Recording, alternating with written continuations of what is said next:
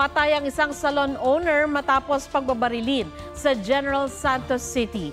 Ang gunman ilang beses nagpabalik-balik sa salon. May spot report si Efren Mamak ng GMA Regional TV.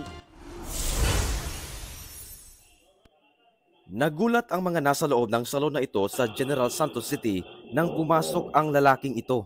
Nakasombrero at nakatakip ang kanyang mukha. Maya-maya, bumunot siya ng baril at namaril. Dahil pinagbabato ng gamit ang sospek, saglit siyang napalabas ng salon. Pero makalipas ang ilang segundo, bumalik siya at nagsimula muling magpaputok. Ilang beses na naglabas-masok sa salon ang sospek bago nito pinuntirya ang CCTV. Mabilis na tumakas ang sospek. Ayon sa mga pulis, may kasamahan ng sospek na naghihintay sa labas ng salon. Hindi na nakunan ang nangyari sa mga tao sa salon. Pero dead on arrival sa ospital ang may-ari ng salon na nabaril sa dibdib at paa. Personal na galit ang tinitingnang motibo sa krimen. Itong ating biktima is meron siyang nakaaway, nakasosyo niya sa negosyo. Tukoy na raw ng pulisya ang mga sospek na patuloy na tinutugis.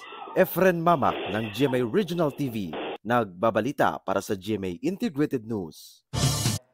Huwag magpahuli sa mga balitang dapat niyong malaman. Mag-subscribe na sa GMA Integrated News sa YouTube.